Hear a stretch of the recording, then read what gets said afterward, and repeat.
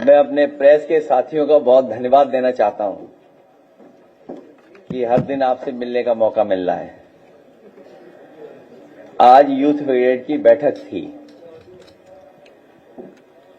कई साथियों ने सुझाव दिए हैं और कई साथी जो सुझाव लिख करके भी देके जाएंगे। यहां पर एक पीडीएस संकल्प भी लिया गया है।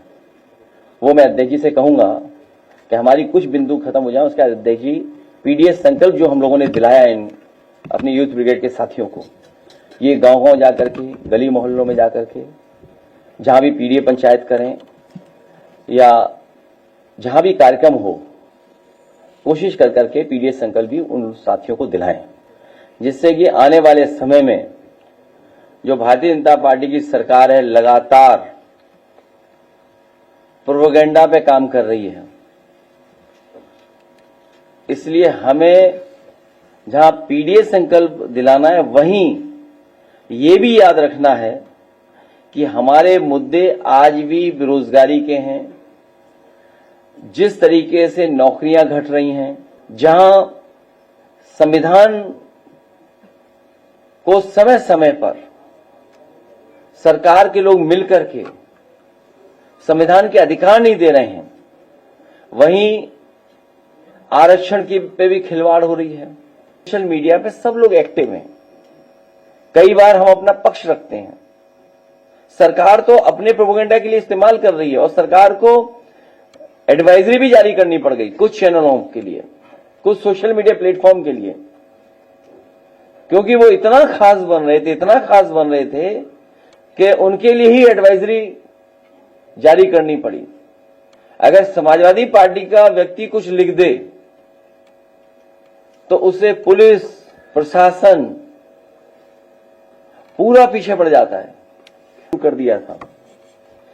अभी कुछ दिनों में उस जिले का भी डेटा हम लोग जारी करेंगे और सूचना ये देते हैं कि अधिकारी लोगों की कुछ कमजोरियां हैं, जिसके कारण बीजेपी के लोग उनसे मनमानी करवा रहे हैं। कमजोरियां हैं कि भ्रष्टाचार किया है। वैसे तो सरकार हर व्यक्ति को पाताल से भी खोज लाती है, लेकिन जो करप्ट और भ्रष्टाचारी लोग हैं वो पाताल लोग नहीं जा रहे हैं, वो मुख्यमंत्री आवास में छिप जा रहे हैं। भारतीय जनता पार्टी जिन फिल्मों को बनवाती है, सीटें खाली हों लेकिन भी मुनाफा जाने कितना बताते हैं वो लोग, और किसी पे पाबंदी नहीं लगनी चाहिए।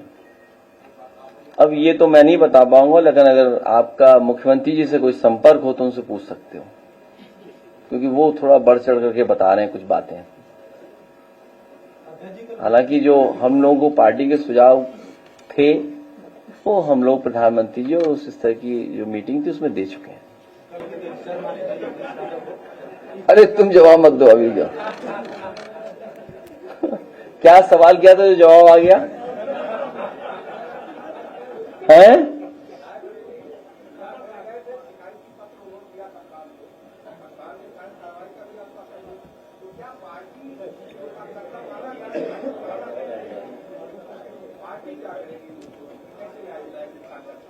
उस कार्यकर्ता को न्याय दिलाएंगे। सोचिए आप, जहां तक सवाल हमारे पत्रकार साथी ने पूछा पोस्टर की, सवाल किसी के घर के जाने की नहीं है। सवाल इस बात का नहीं है किसी घर कौन गया कि नहीं गया। हमारी पार्टी के लोग लगातार जा रहे हैं, जहां हमारी पार्टी है वहां जा रहे हैं, लगातार जा रहे हैं। सबसे बड़ा सवाल ये जो देश जानना चाहता है कि आतंकवादी हमारे घर कैसे पहुंचे। हमारी मांग है कि शहीद परिवारों को 10-10 करोड़ से मदद की जाए, साथ ही साथ उन्हें सरकारी नौकरी दी जाए। अगर पोस्टर उन्होंने लगाया है तो पोस्टर हमारी पार्टी ने भी किसी ने लगा दिया होगा।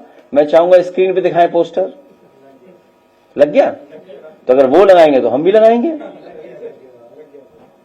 हाँ, आ गया।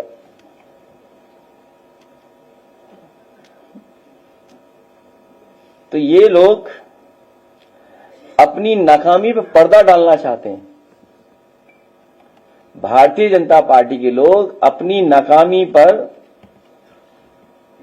पर्दा डालना चाहते हैं और ध्यान भटकाना चाहते हैं ये पोस्टर लगा करके। इस देश का बच्चा बच्चा जान गया है, इस देश का बच्चा बच्चा जान गया है कि सरकार की नाकामी थी जिसकी वजह से इतनी बड़ी घटना हुई है। इंटेलिजेंस फेलियर था, फौज नहीं पहुंची या जानकारी नहीं मिली, जो सुरक्षा के इंतजाम होने थे वो इंतजाम सरकार ने नहीं किए। अब तो देश का बच्चा बच्चा जान रहा है। पहलगांव के साथ साथ पुलवामा की भी चर्चा जनता कर रही है। हम और आप लोग बोलें न बोलें, दिल में क्या है वो हम ऊपर आने दें ना आने दें चेहरे के भाव पर, लेकिन इधर जनता ने सुना है कि पहलगांव के साथ साथ पुलवामा की भी चर्चा जनता करने लगी है। और इस देश का बच्चा बच्चा जानता है कि इंटेलिजेंस फेलियर था, सरकार की नाकामी थी। ये जितना भी होर्डिंग पोस्टर लगाना चाहते हैं ये ध्यान भटकाने के लिए या बात कुछ और चलने लगे। अब तो मीडिया वाले भी साथ नहीं दे पा रहे हैं बीजेपी का।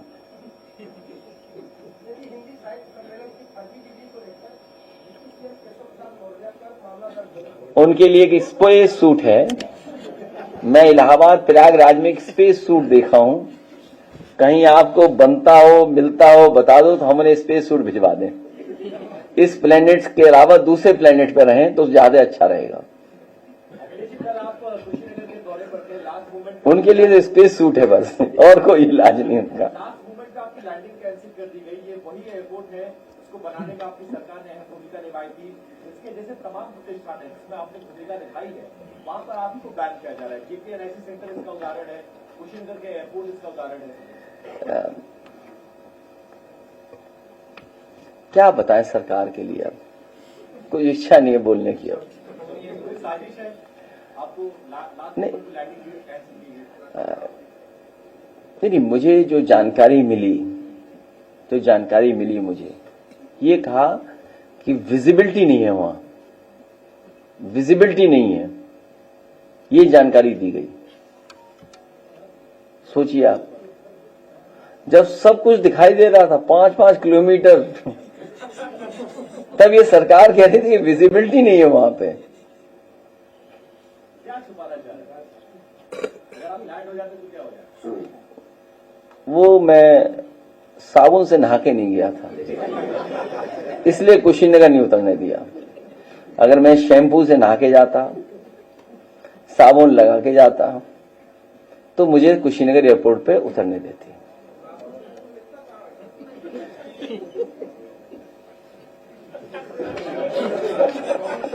क्या बता रहे हो?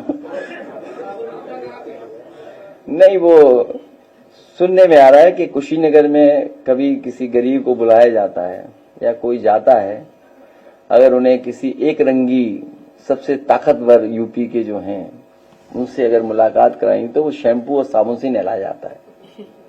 तो मुझे तो यही लग रहा है कि हवाई जहाज इसलिए नहीं उतरने दिया। ये कुशीनगर है।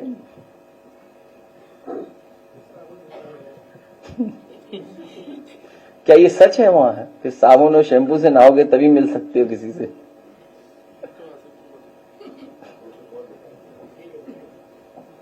मैं आपका धन्यवाद देता हूं और पीडीएस संकल्प को मैं दोबारा दोहराता हूं।